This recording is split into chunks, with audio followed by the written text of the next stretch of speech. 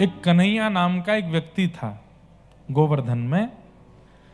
कन्हैया नाम का व्यक्ति था, रोज झाड़ू लगाता था। जन्म से उच्च कुल में नहीं जन्मा था, इसलिए उसको कई लोग मंदिर में नहीं जाने देते थे। ठाकुर जी बंधुओं कभी जात पात नहीं देखते, ठाकुर जी के लिए सब समान है। पर हम लोगों ने ही ये सारे विभाजन कर दिए। ठाकुर जी ने विभाजन व्यवस्थाओं का किया, व्यवस्थाओं का किया, लेकिन मेरा अधिकार किसी को नहीं है, ऐसी व्यवस्था ठाकुर जी ने नहीं बनाई। ऐसी व्यवस्था अगर ठाकुर जी ने बनाई होती तो सबरी के यहां ठाकुर जी कभी नहीं जाते, कोल भीलों के यहां ठाकुर जी भोजन बनवा करके नहीं पाते, स्वयं क्षत्रिय कुल में जन्म लेकर के नहीं आते। ठाकुर जी जात पात पूछे नहीं को, हरि को भजे सो हरि को हो। तो कन्हैया नाम का एक व्यक्ति था, झाड़ू लगाता था गिरिराज जी की तलेटी में, मंदिर नहीं जा पाता था, उसको जाने की अनुमति नहीं देते थे। श्रीनाथ जी विराजमान थे तब गोवर्धन में, रोज मंदिर की ओर देखता और ध्वजा जी देख करके बहुत रोता। हे नाथ, मैं अधिकारी नहीं हूं ना आपके दर्शन का, मैं आपके पास नहीं आ सकता, मुझे ऐसे कुल में क्यों भेजा आपने, मैं ऐसे घर में क्यों जन्मा जहां मुझे आपके दर्शन का अधिकार नहीं है। रोज रोता है।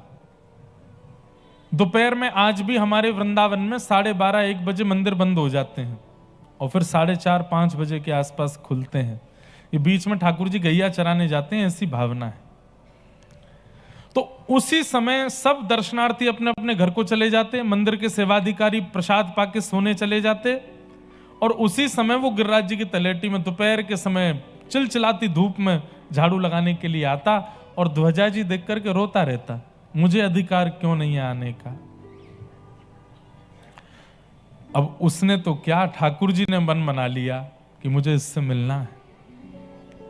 कैसे मिलूं? तो एक भगवान के सखा थे कलिकाल में, 8 सखाओं में से एक सखा, उनका नाम था गोविंद दास। क्या नाम था? गोविंद दास। आज श्रीनाथ जी अपने मंदिर में खड़े थे, राजभोग आरती हो रही थी, तो इतने में ही गोविंद दास कोई पद गा रहे थे और पद गाते गाते उन्होंने ठाकुर जी की ओर देखा तो ठाकुर जी के मुखमंडल पर चिंता का अनुभव हुआ उनको। बहुत ध्यान से सुनिएगा। गोविंद दास बोले जय जय। अच्छा, बाकी सबको लगता था मूर्तिमंत ठाकुर जी खड़े, पर गोविंद दास को सचल ठाकुर जी दिखते थे। तो गोविंद दास बाहर से ही बोले जय जय। कहा बात है? ठाकुर जी बोले नहीं कुछ नहीं। नहीं नहीं, आज चिंतित लग रहे हो आप, कोई बात की चिंता है आपको? ना ये सब ठीक है, कोई ऐसी बात ना। बोले नहीं नहीं, बताओ ना जय जय, मैं पूरी करूंगा, जो आप कहोगे सेवा में करूंगा, आप काय बात को चिंतित हो? ठाकुर जी बोले दाल बाटी खावे को मन है रो मेरो। अरे तो यहां में चिंता की क्या बात है? अभी रसोईया जी से जाकर के मैं कह दूंगा, रसोई में बढ़िया दाल बाटी आपके काज बन जाएगी और भोग लग जाएगा। ठाकुर जी बोले ना रसोई की ना पानी। तो आज गोविंद दास तुम अपने खिरक में बनाओ, तुम अपने बगीचा में सुंदर कंडा में बाटी बनाओ, बढ़िया दाल बनाओ, और मैं वहां आकर के पेड़ की छैया के नीचे बैठ करके प्रेम से पाऊंगा, मेरा ऐसा मन है रोए। गोविंद दास बोले जय जय, अगर गुसाई जी को पता चल गई तो? बोले यही मारे तो मैं कह रहा हूं चुप कहते कि गुसाई जी को नहीं बतानी, मैं आऊंगा।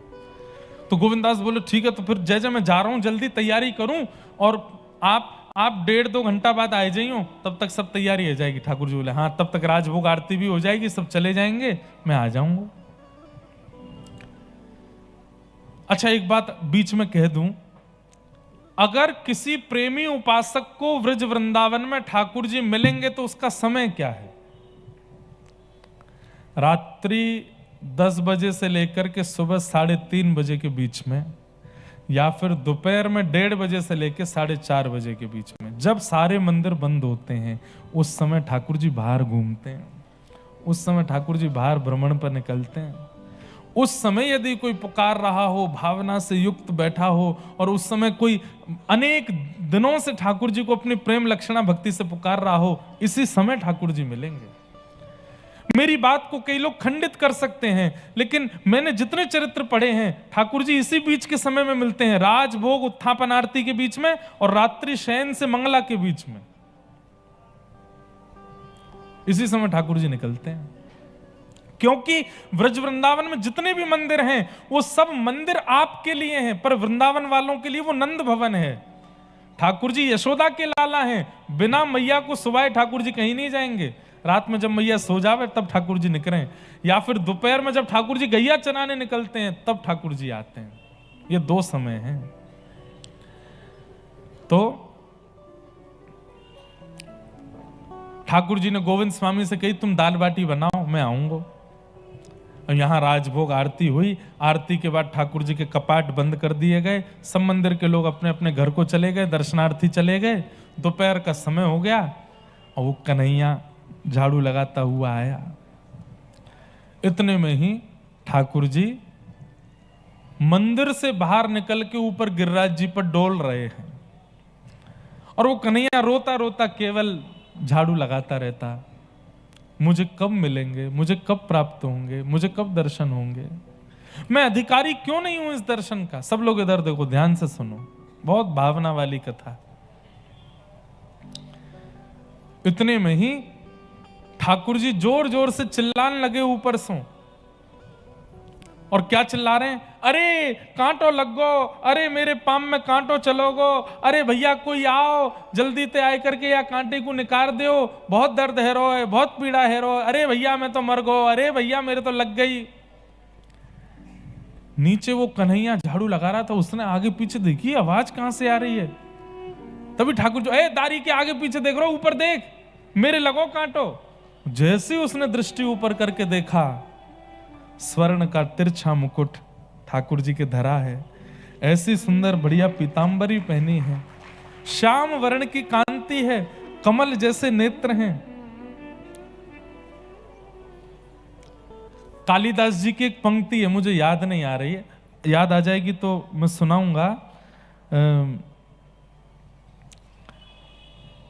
उसका अर्थ मुझे पता है, संस्कृत की एक पंक्ति है, उस पंक्ति का ऐसा अर्थ है, कभी किसी ने कमल से कमल प्रकट होना ये सुना तो बहुत गया, पर देखा नहीं गया है। कमल में से कमल प्रकट हुआ ये सुना तो बहुत है, पर देखा नहीं। तब कालिदास वृंदावन गए, और वृंदावन में जाकर के जब वृंदावन चंद्र का उन्होंने दर्शन किया तो इसके आगे की पंक्ति उन्होंने पूरी कर दी, और बोले मैंने आज कमल से कमल प्रकट होते हुए देखा। बोले कैसे? बोले श्री कृष्ण का मुख कमल और उस पर दो नेत्र कमल, कमल पर कमल प्रकट होते हुए देखा। ऐसे ठाकुर जी के नेत्र, बहुत सुंदर पंक्ति है। अब तो वो कन्हैया जैसे ही ऊपर देखे, उसके तो शरीर में कंपायमान होने लगा, रास हो रहा, इसको रास कहते हैं, ये रास हो रहा है। उसने प्रयास नहीं किया, ठाकुर जी अपने आप दर्शन दे रहे हैं। नीचे से बोलो तुम कौन हो? बोले परिचय बाद में पूछियो, पहले ऊपर आए कि मेरो कांटो निकार। अरे मैं ऊपर ना चढ़ सकूं, मैं गिरिराज जी पे चढ़वे को मेरो अधिकार नहीं है।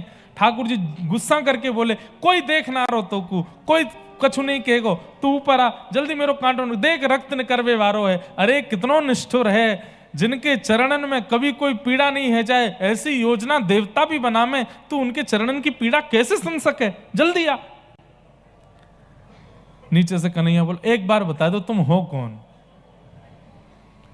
बोले मैं वही हूं जो मंदिर में दर्शन दूं। बोले आप श्रीनाथ जी हो, आप ठाकुर जी हो, आप वृंदावन चंद्र हो, आप नंद नंदन हो? बोले हाँ। पहले तो नाचन लगो, दूर से ही बलैया लेने लगो, नेत्रन से अश्रु बहान लगो, मेरे ठाकुर जी आज मुझको दिख गए। ठाकुर जी बोले जे सब बाद में करियो, पहले मेरे पास आ जा। कन्हैया ऊपर चढ़ गयो, गिर रहा, पहली बार चढ़ा है जन्म लेने के बाद, आज पहली बार ऊपर चढ़ा। ऊपर जाकर जैसे जैसे ठाकुर जी के पास जावे, बैठ करके रोने लगे, कभी नाचने लगे, पागल सा होने लगा ठाकुर जी को देख करके। जैसे ही ऊपर पहुंचो, ठाकुर जी बोले ले मेरो पाम पकड़। जिन चरणों को ठाकुर जी किसी को प्रदान नहीं करते, तुरंत उसकी गोद में धर दिए ठाकुर जी ने, ले अब यहां में से कांटो निकाल। जो विचार नहीं किया था उसने, वो तक ठाकुर जी ने दे दिया। अब वो कांटा निकाले, उसके तो हाथ पांव कांप रहे, कैसे कांटा निकलेगा? ठाकुर जी बोले गहरो चलोगो कांटो, हाथन ते ना निकरेगो, मोहते निकरेगो, मोहते निकाल। अब वो ठाकुर जी का मुखमंडल, ठाकुर जी का चरण अपने मुख की ओर ले जाता है, और जिन चरणों की रज को जा रज को ब्रह्मादिक तर से, जा रज को सोरज शीश चढ़ाऊं, सोरज शीश चढ़ाऊं। ब्रह्मादि देवता भी खड़े रहते हैं, एक कणिका मिल जाए केवल चरणों की, वो नहीं मिल पाती। ठाकुर जी जब चलते हैं ना, तो जैसे ही चरण रखते हैं पृथ्वी पर और चरण उठाते हैं, तो पृथ्वी में भी होड़ लगी रहती है कि ये चरण रज जो मेरे ऊपर आए इसको मैं अपने पास रख लूं। तो ठाकुर जी के चरण चिन्ह धूमिल होते चले जाते हैं। क्यों? पृथ्वी ही अपने पास रख लेती है, पृथ्वी ही अपने अंदर समाहित कर लेती है उन चरण रजों को, किसी को नहीं मिलते। ढूंढते रह जाते हैं सब, ठाकुर जी के चरणारविंद नहीं मिलते। तब अपने दांतों से कांटा निकालने लगा, नेत्र सजल हो गए। अब कांटा तो बहाना था, ठाकुर हाँ निकरगो निकरगो निकरगो। कन्हैया आंखें लाल पड़ी हैं, उसके नेत्रों से अश्रु गिर रहे हैं, सिर पर हाथ फेर रहे हैं ठाकुर जी, अपने हृदय से लगा रहे हैं। बोले चल अब तुम को अपने अपने अपने कंधा पे बैठा ले।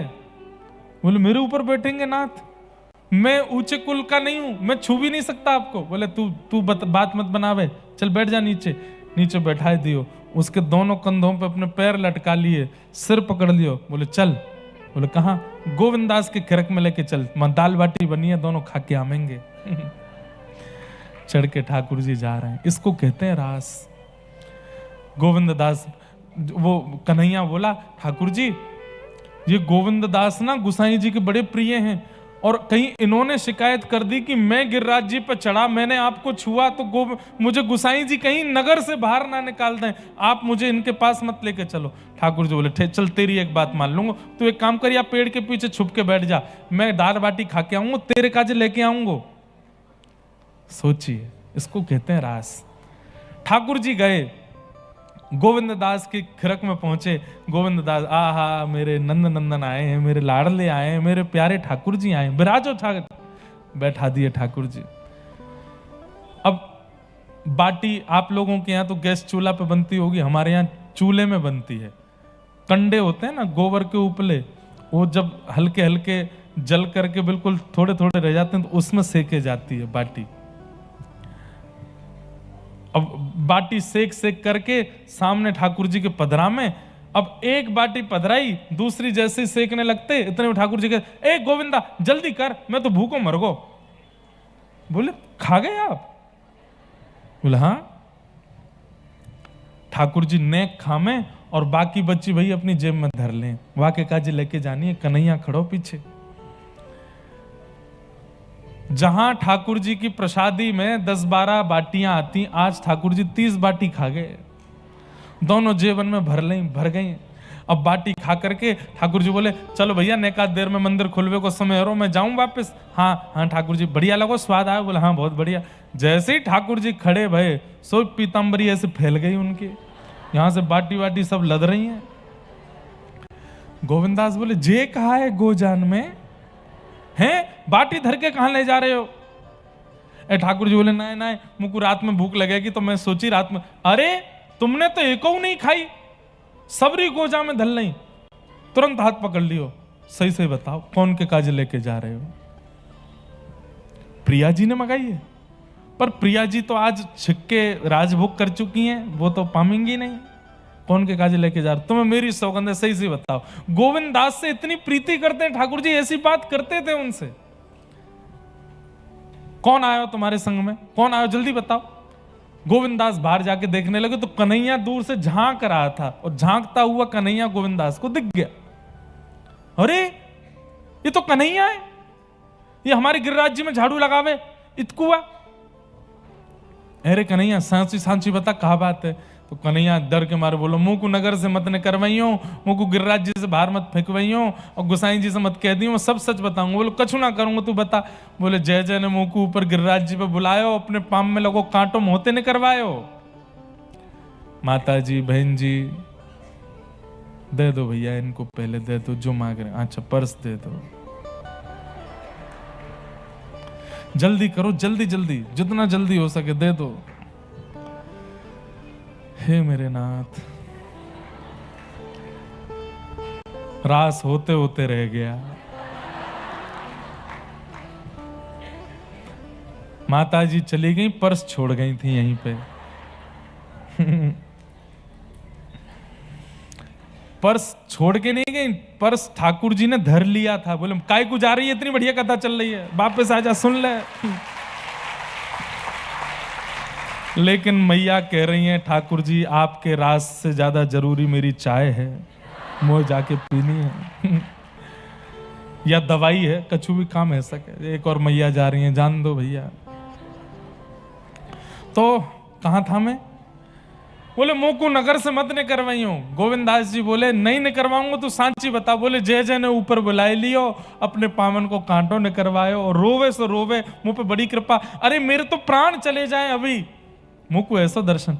बोले तेने गिरिराज जी पे चढ़ गो तू? बोले हाँ। अरे वो सब छोड़, तेने गोवर्धन नाथ छू लिए? बोले मोहते और छुए, कांटों ने कारवे के, इनने ही कही मोते। गोविंदास बोले हैं ये सबरे नियम, यहाँ पे हम नहा नहा के परेशान है गए। सुबह जामेंगे तो नहा के जाएंगे, शाम को जाएंगे तो नहा के जाएंगे, अपरस में रहो, यहाँ मत छुओ वहां मत छुओ, इतने नियमन को ध्यान रखो, मुंह पर कपड़ा लगा के प्रसाद बनाओ, अपनी एक बूंद भी नहीं चली जाए वहां में। हमारे काज इतने नियम, और खुद के काज कोई नियम नहीं। कन्हैया की गोद में बैठ के डोल रहे हो। ठाकुर जी बोले तो मैं जय जय नाऊं? बोले जय जय हो तो खुद नियमन को पालन नहीं करोगे? चलो स्नान करो। ठाकुर जी बोले अरे जाड़ो पड़ रहा है, मैं ना नहाऊंगो। तो ना नहानो तो पड़ेगा। बड़ी सुंदर लीला है। ये सब रास है बंधुओं, जहां ठाकुर जी इस कलिकाल में आज से 500 वर्ष पुरानी कथाएं हैं ये। गोविंदास बोले स्नान तो करना पड़ेगा, नहीं तो मैं गोसाई जी से सब शिकायत करूंगा आपकी। और ठाकुर जी अपने अर्चक से डरते हैं, ये बात माननी पड़ेगी। जो ठाकुर जी की नित्य सेवा करता है, जिसके लिए ठाकुर जी घर में आए हैं, उससे ठाकुर जी को थोड़ा भय लगता है। उसके प्रति ठाकुर जी मातृ बुद्धि रखते हैं, या उसके प्रति ठाकुर जी सहचरी भाव रखते हैं, तो उसका अधिकार है ना, वो सुलाता है, वो जगाता है, वो ही खिलाता है। उसके प्रति ठाकुर गोसाई जी से मत कहियो। तो एक काम करो, स्नान मत करो, आचमन कर लो। चलो ठाकुर जी हाँ आचमन कर लूंगा। हाथ में जल लेकर के ठाकुर जी कह रहे अपवित्र पवित्रो वा सर्वावस्थांगतो पिवा यह स्मरेत पुंडरीकाक्षम। कौन है पुंडरीकाक्ष? स्वयं ही तो है। अपना ही स्मरण करके ठाकुर जी कर रहे हैं मैं पवित्र है जाऊं। देख गोविंदा मैं पवित्र है गो। इतने में गोविंदास पीछे तो दौड़ के आए, ठाकुर जी को धक्का दियो, और श्री ठाकुर जी मुकुट सहित गिर गए गोविंद कुंड में, तैरन लगे। अब ये सब लीला चल रही थी, इतने में 4:30 बज गए, घंटे घड़ियाल बजने लगे, मंदिर में दर्शन का समय हुआ। ठाकुर जी बीच कुंड में ठिठर रहे हैं, अरे गोविंदा देखियो तेने मेरे संग बहुत बुरा कियो। अरे जय जय जल्दी आओ, मंदिर घंटा बज रहे हैं, ऊपर जानो है। ठाकुर जी दौड़ करके सीधे ऊपर पहुंचे। जैसे कपाट खुले तो श्रीनाथ जी के मुकुट से लेके नीचे मोजे तक सब गीले हैं और पानी चुचा रहा है। गोविंदास बोले जय जय, गुसाई जी बोले जय जय, भीग कैसे गए आप? और पीछे वो गोविंदास खड़ा है, वो बताइयो मत। ठाकुर जी बोले ये तुम्हारो गोविंदा, ये बहुत मोह लगा लियो तुमने, याने मुंह को धक्का दियो गोविंद कुंड में। गुसाई जी बोले हे गोविंदा तेने धक्का दियो ठाकुर जी को? बोले अब इनने इतनी बात बताई दी तो मैं पूरी बता दूं, क्यों दियो धक्का, ये कैसे कैसे काम करें तुम्हारो नंद जी को लाला। कन्हैया ना है हमारे गिरिराज जी को झाड़ू लगावे का है, बाकू ऊपर बुलाए के वाके कंधा पे बैठ के डोले आज पूरे गिरिराज जी में, या हमारे मैंने इनते कही स्नान कर ले।